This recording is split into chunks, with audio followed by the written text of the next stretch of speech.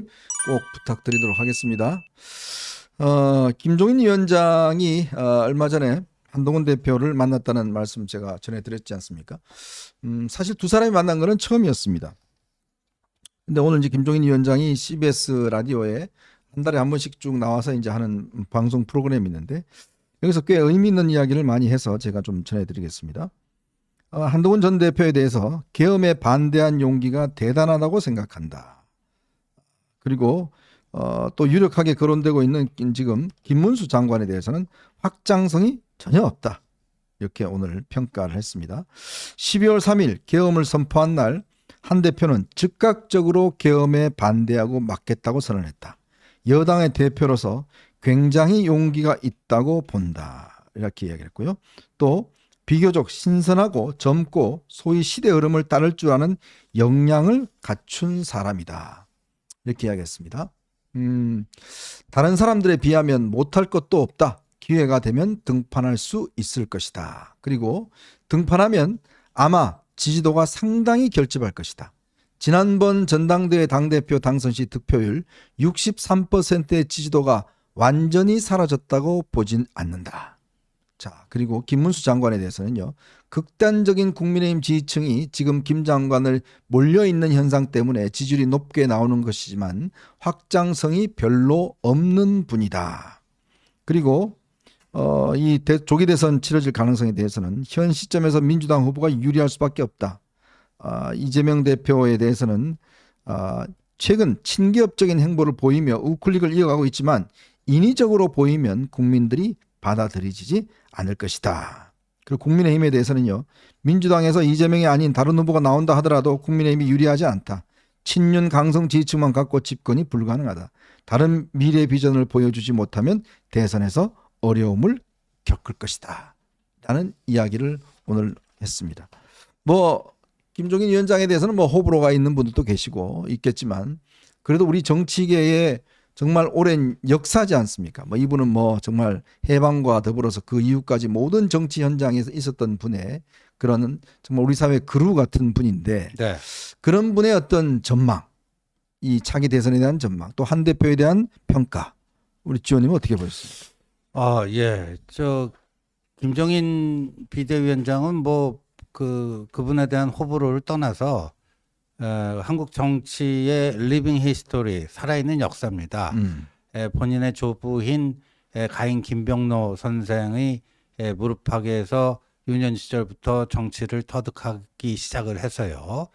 지금 이제 80대에 접어든 지금까지도 저분이 이제 공부를 계속 하잖아요. 네. 새로운 어떤 시대적 흐름, 문물, 이런 것들 누구보다도 빨리 이제 흡수를 하고 그런 속에서 이제 이 정치판을 이렇게 들여다보는 건데 김종인 전 비대위원장이 볼 때 이 계엄에 대해서 오늘 또 이런 얘기도 했어요. 아까도 얘기했듯이 그 1951년 얘기를 꺼내더라고요. 네. 그게 뭐냐면 1951년에 이제 6.25 전쟁 중에 부산이 임시 수도가 돼 있었잖아요. 그렇죠. 그때 이제 부산에 가 있을 때 국외 파동이 일어나지 않았습니까? 그때 영국의 한 매체가 한국에서 민주주의가 실현되는 것은 쓰레기통에서 장미꽃이 피는 것 같다. 그런 얘기 했죠. 이런 얘기를 했는데 이번에 만약에 저 비상계엄이 성공해서 그렇게 군사 정권이 들어섰다면 그때 51년에 그 얘기가 또 나왔을 거다. 네. 그런 점에서 비상계엄이 실패한 것은 하나님께 감사해야 될 일이다. 오늘 인터뷰에서 그런 얘기까지도 했거든요. 네. 근데 그거를 앞장서서 그 비상계엄을 해제하는데 집권 여당 대표가 가장 앞장섰다? 이게 본인이 깜짝 놀랐다는 거예요. 이게 깜짝 놀라. 야당 대표가 앞장서는 거야. 그거 당연한 건데. 그리고 오늘 이런 얘기도 하더라고요. 다른 사람들은 좀 겁도 나고 무서워서 쭈뼛쭈뼛하고 하는데 여당 대표가 가장 앞장서서 뭘 했다. 그래서 깜짝 놀랐다. 이런 표현들을 하는데 그분이 한동훈 대표에게 잘 보여서 해야 될 그런 지금 위치와 처지와 그런 게 아니잖아요. 네. 이제 하실 만큼 활동 많이 하시고 남은 게 있다면은 본인이 이제까지 쭉 꿈꿔왔던 것 중에서 아직까지 실현되지 못한 것들, 뭐 이런 것들이 후배 정치인들이 좀 해주기를 바라는 뭐 그런 정도라고 보는데, 그러니까 오늘 참 그 김종인 박사님의 그 CBS 인터뷰는 앞으로 그 한동훈 대표가 재등판하고 활동을 하는 데 있어서 엄청난 에너지가 될 것 같습니다. 네. 만약 김기모 대표나 네? 김기모 대표, 권영모 비대위원장이었다면 어떻게 했을까? 저는 그런 생각을 많이 해봤습니다. 집에 있었을까? 아니면 계속 전화만 기다렸을까?라는 생각을 많이 해봤어요. 자, 지금 오늘 김종인 위원장이 했던 결국 이제 한동훈 대표가 요즘은 이제 등판하고 있지 않기 때문에 그렇지만 결국은 한동훈 대표가 성공하는 길은 이재명만 까고 이런 게 아니라 뭔가 비전을 보여줘야 된다. 국민들에게. 지금 중요한 것은 이재명 나쁜 놈입니다. 이런 이야기 하는 거 더 이상 안 먹힌다. 그렇게 해갖고 보수 결집해서 지난 선거 어떻게 됐냐. 다 망했지 않냐. 결국 국민들은 새로운 비전을 보여주는 사람에게 결국 표를 줄 수밖에 없다. 이런 이야기를 했습니다. 그렇습니다. 이재명은 안 됩니다만 가지고는 안 된다가 그 내용의 핵심 아니겠습니까? 네. 그러면은 앞으로 누가 됐든지 간에 여당의 대통령 후보가 되고자 하는 사람이라면 새로운 비전을 제시해야 되죠. 새로운 시대에 대한 가치, 그 청사진 이런 것들을 가지고 이재명 대표가 추구하는 세상보다 훨씬 더 나은 세상으로 견인할 수 있다는 그런 가능성을 보여줘야 됩니다. 네. 그런 희망이 보여야 중도가 선택할 수 있는 것이고, 그러면은 그런 희망과 비전은 그냥 말로 하면 되는 것이냐? 그게 아니죠. 그동안의 정치 행동으로부터 뒷받침되는 무언가가 있어야 돼요. 네. 지금 이재명 대표가 무슨 중도 확장이 우클릭이니 한다고 갑자기 성장을 이야기하고 뭐 반도체를 이야기하고 뭐 상속세도 개편하겠다고 하고 그런 이야기들을 하지만 전부 다 공허하잖아요. 네. 왜? 본인이 여태까지 10수년간 해온 정치 행보와는 정반대이기 때문에 그렇습니다. 그러니까 지금 같은 국면에서 정치인이 어떤 무대에 올라오면은 국민들은 그 말만 보는 게 아니고 그동안의 그 정치인에 대해서 축적되어 온 내용들이 있잖아요. 네. 그걸 통해서 형성된 인상이 있고 그런 것들 위에 그 말을 얹어서 보는 겁니다. 그러면은 새로운 시대에 대한 어떤 비전이나 가치 이런 것들도 본인의 불이익을 감수하면서 어떠한 가치를 추구하는 그런 내용들이 축적되어 왔을 때 그럴 때 힘을 얻을 수 있는 거거든요. 네. 그런 점에서 사실 김종인 위원장은 저는 그런 부분도 주목하고 있는 것 같아요. 그러니까 사실은 새로운 시대를 연다는 것은 경우에 따라서는 그 권력을 잡은 사람 스스로에게 손해와 불이익을 초래하는 측면이 있습니다. 네. 예를 들면은 지금 이번에 계엄 사태를 겪으면서 육공화국 대통령제 한계가 노출이 됐잖아요. 그렇죠. 그럼 개헌을 해야 되는데 자 우리 생각해 보면 만약에 이재명 대표가 대통령이 되면 개헌하겠습니까? 뭐 본인의 임기 연장을 위한 개헌은 혹시 모르겠네요. 정말로 대한민국의 그 권력 구조를 바로잡기 위한 개헌 같은 것은 문재인 정부 때처럼 또다시 표류하고 어딘가 가버릴 겁니다. 그런데 본인의 불이익을 감수하면서 어떤 가치를 지키기 위해서 노력해온 그 역사가 있는 사실관계가 있는 정치인이라면은 개헌 같은 것도 본인이 집권해서 약속대로 실행을 못할 이유가 없거든요. 네. 그런 것들을 앞으로 국민들께서 보시게 될 것이기 때문에 등판하면은 새로운 시대에 대한 비전, 가치, 청사진 이런 것들을 어떻게 제시하느냐가 굉장히 중요할 거라고 저도 생각합니다. 저는요 그렇게 봅니다. 우리가 앞으로 선거전이나 이럴 때도 보면 저는 우리 다음의 리더는 자유민주주의에 대한 이념의 어떤 이 생각, 그다음 신념 이게 정말 확고한 사람, 겉과 속이 다른 사람은 안 될 것 같아요.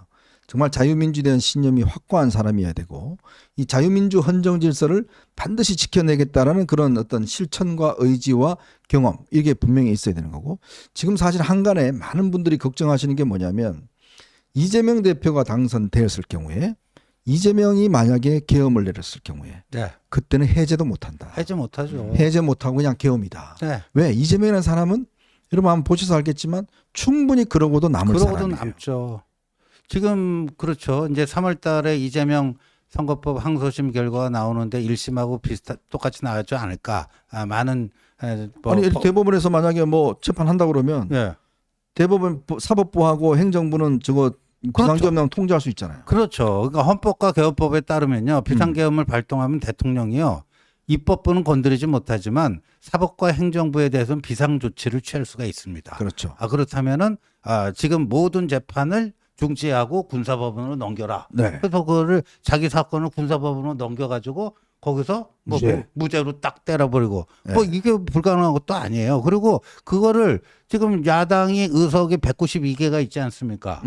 그 108개 가지고 저거 계엄 해제 요구 결의안 과반 그 의결이 되겠습니까? 택도 안 없죠. 되는 거죠. 예. 그래서 저는 윤석열의 비상계엄보다도 윤석열의 비상계엄은 그냥 뭐 속된 말로 얘기하면 일장춘몽으로 끝났지만 이재명의 비상계엄은 일장춘몽이 아닐 것이다. 제도적으로 막을 수 아주 없어요. 끔찍한 총통제가 시작되는 신호탄이 될 것이다. 네. 이재명이 만약에 192석 의석에 그 잔인한 개딸 전체주의로 표상되는 이재명의 잔인한 정치 스타일 이게 결합돼 가지고 하면요 대한민국은 아주 끔찍한 총통제 국가가 될 거다.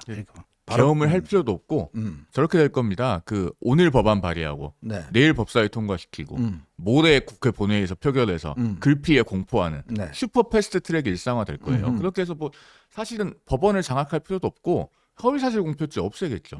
그리고 기초단체장은 배임으로 처벌 못하고 네. 뭐 이런 것들을 앞으로 할 수 있다. 그리고 우리가 입법부하고 행정부가 한쪽에 쏠리는 것만 걱정할 게 아니라 지금 우리 헌법재판소 얘기 최근에 많이 하고 있잖아요. 네네. 그리고 뭐 마은혁 재판관이 임명이 되면 헌재가 더 한쪽으로 쏠릴 것이냐 이런 부분들을 걱정을 하고 계신데 문영배대행 그다음에 이미선 재판관 퇴임하면 그 자리는 누가 지명합니까? 만약에 조기 대선이 있으면은 새 대통령이 지명하게 될 거예요. 네네. 후임 대통령이 지명하게 될 건데 그것뿐만이 아니고 조일대 대법원장 임기는 만약에 조기 대선이 있으면 다음 대통령 임기 중에 끝납니다. 그렇죠. 원래 대법원장 임기 6년인데 조일대 대법원장은 정년이 있잖아요.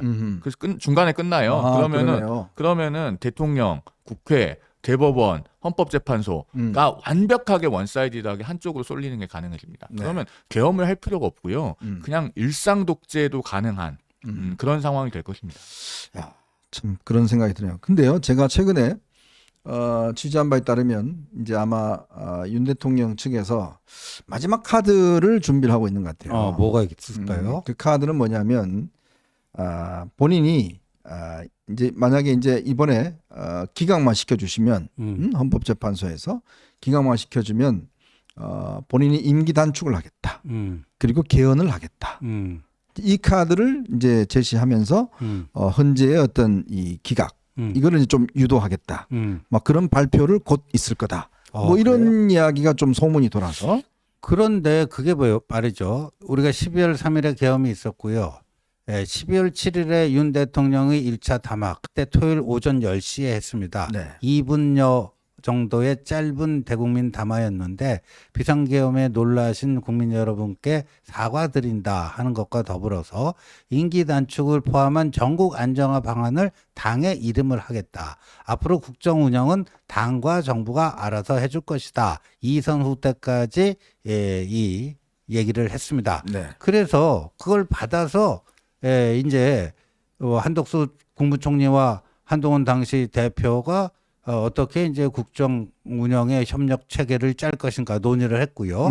또 당에서는 이양수 의원을 TF 팀장으로 해갖고 이른바 임기 단축, 질서 있는 퇴진의 구체적인 로드맵을 만들자 네. 해서 두 가지 방안을 준비를 했는데, 근데 12월 7일에 했던 거를 12월 10일, 12 담화를 통해서 완전히 뒤집었잖아요. 뒤집었죠. 그거 거부합니다. 하면서 탄핵이든 수사든 당당하게 맞서겠다. 해볼 때만 해봐라. 네. 이래가지고 결국 12월 7일 1차 탄핵 소추 의결 때는 불발된 게 12월 14일 2차 탄핵 소추에서 통과가 된 거 아니겠습니까? 그렇죠. 근데 그때 한번 약속을 어긴 게 있기 때문에 그런 카드를 내건다 해서 그게 맥힐지는 저는 좀 의문시 됩니다. 네. 하여튼 어쨌건 뭔가 이제 국면을 반전시키기 위한 뭐 여러 가지 지금 어떤 생각들이 있는 것 같습니다. 왜냐하면 오늘 이제 이 그 헌재 청문회를 보시면 이제 서서히 이제 대통령의 어떤 당시 지시 내용에 대한 것들이 조금씩 이제 인정이 되어 나오는 상황 아니겠습니까? 그리고 이제 병력 철수 문제도 조금 전에 이제 그 뭐 속보에도 나왔습니다만은 당시에 병력 철수를 해제되고 난 다음에 2시간 동안 병력 철수 명령이 없었다. 그러니까 지금 707 같은 경우는 본인들이 판단해서 그냥 이 철수를 했고 바로 철수를 하지 않았다. 뭐 이런 이제 지적들도 나오고 있는 상황입니다. 그 현장님 지금 이제 속보가 들어온 게요. 네. 곽종근 사령관이요. 방금 전에 헌재에서 이런 얘기를 했어요. 그 비상계엄 당시 자신은 전투 통제실에 앉아서 화면을 보고 병력을 지휘하고 있었는데 네. 나중에 보니까 마이크가 켜져 있었다. 아. 그러니까 시작할 때 마이크가 켜져 있었는데 안 끄고 끝날 때까지 켜뒀다라는 거고 네. 그 마이크가 켜진 상태에서 윤 대통령과 김영현 장관으로부터 지시를 받았는데 네. 그 전화 속으로 그 목소리, 대통령의 목소리, 장관의 목소리가 예하 부대 전체에 생방송으로 전달됐다. 네. 생방송으로 전달됐다. 그래서 아까 그 김현태가 그 이야기를 했군요. 예. 그러니까 이제 뭔가 뒤에서 막 지시하는 소리가 들렸다라는 게 글쎄요. 그게 마이크가 켜져서 맞습니다. 바로 그거였나 윤 봅니다. 대통령과 지금 김용현이 이야기하는 게 그대로 그냥 하고 그다음에 이제 곽 사령관은 야 그거 좀 해줄래? 들어가면 안 되겠니? 라는 이야기 뒤에서 뭐 야 안 보내 뭐 등등 이런 뭐 있었고 말이죠. 네. 그러니까 이게 들은 사람이 한두 사람이 아니네요. 그러니까 여러 사람이 들었다는 이야기겠네요. 그러니까 네. 마이크로 거의 뭐 대통령의 지시사항이 지금 생중계가 됐다는 이야기 아니겠죠? 이 국군 통수권자의 지시에 대해서 네. 쉽사리 항명할 수 없는 군인의 입장에서 음. 어떻게 보면은 최소한의 자구책이 아니었겠는가 저는 그런 생각도 듭니다. 아마 곽 사령관이 그 당시에 마이크를 고의로 켜두었는지 실수로 켜져 있었는지에 대해서는 아마 끝까지 본인이 뭐 고의로 켜뒀다 이런 얘기는 안 하겠지만 네. 제가 봤을 때는 그 상황을 합리적으로 추론해 볼 때 이건 뭔가 자연스럽지 않은 상황이고 정상적이 않다라는 판단을 본인이 했을 개연성이 있고 그런 상황에서 지시를 하기가 본인도 좀 내키지 않으니까 아까 네. 뭐 김현태 그 특임단장이 오전에 진술할 때도 곽종근 사령관이 좀 부드럽게 얘기했다 이런 언급이 그런 얘기 있었거든요. 있었죠. 네, 맞아요. 그런 것들과 종합해 보면은 내가 이렇게 지금 대통령이나 장관으로부터 지시를 받고 있으니까 나도 어쩔 수 없이 하는 것이다라는 시그널을 예하 부대원들에게 주고자 하는 어떤 그런 마음도 한켠에 있지 않았을까 하는 추론이 충분히 가능하다고 생각되는 그런 대목입니다. 요 이야기가 나오니까 조금 이해가 되네요. 그러네요. 그러니까 네. 아니 그 뒤에서 누가 자꾸 이제 곽중이나 지금 저 보면 김현태도 자꾸 뒤에서 누가 지시하는 것 같더라라는 이야기를 자꾸 하는데 결국 그게 보니까 이런 이야기가 있었군요. 결국 마이크가 켜져서 마이크로 사실상 생중계가 되는 당시에 그런 상황들. 그러면 이게 뭐 나중에 이제 이 관련된 당시 뭐 전 작전 통제실에 뭐 많은 지금 이 부원들이 있었을 거 아니에요. 그렇죠. 그 사람들이 사실은 대통령과 김영현의 어떤 말들을 다 들었다는 이야기인데. 그렇죠. 뭐 의결 정족수가 안 됐으니까 당장 뭐 문을 뭐 해서 끄집어 내라든가. 아유야. 뭐 150명 되면 안 된다. 뭐 이런 것들. 그러니까 이제 생생하게 한두 사람이 아니네요. 네. 참 상황이 그러네. 왜 곽종근 사령관이 그렇게 애원하듯이 부탁을 해, 야, 좀 들어가 줄래? 뭐 이렇게 했는지 그게 꽤 좀 이해가 되는 국면인 것 같습니다. 지금 오늘 곽종근 사령관 또 김현태 사령관의 오늘 특임 단장의 증언 자체가 글쎄 그동안 나왔던 것보다 꽤 구체적이고 조금의 지금 상황들을 좀 이해하기 돕는 그런 상황인 것 같습니다. 사실 이게 지금 헌재가 다음번에는 조지호 청장이라든지 13일 날 돼 있고 이게 지금 일정이 이제 한 두세 번 남았나요? 예, 2월 13일 8차 변론기일까지는 지금 변론기일이 정해져 있죠. 그러니까 다음 주 화목 2번 지금 남아 있습니다. 그리고 아마 추가로 기일이 조금 더 지정될 가능성도 있어요. 네네.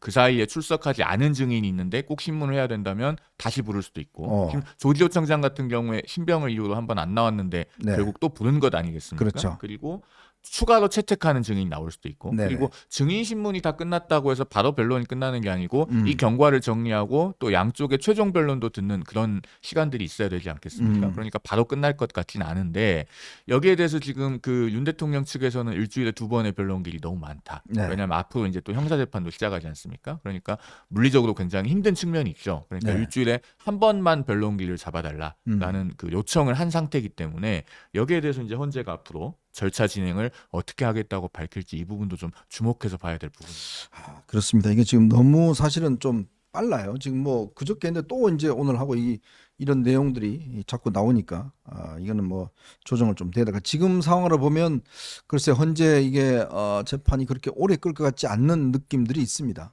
오늘 이 곽종근 전 특정사령관의 헌법재판소 증언이 굉장히 중요한 분수령이 될 가능성이 높아 보입니다. 네.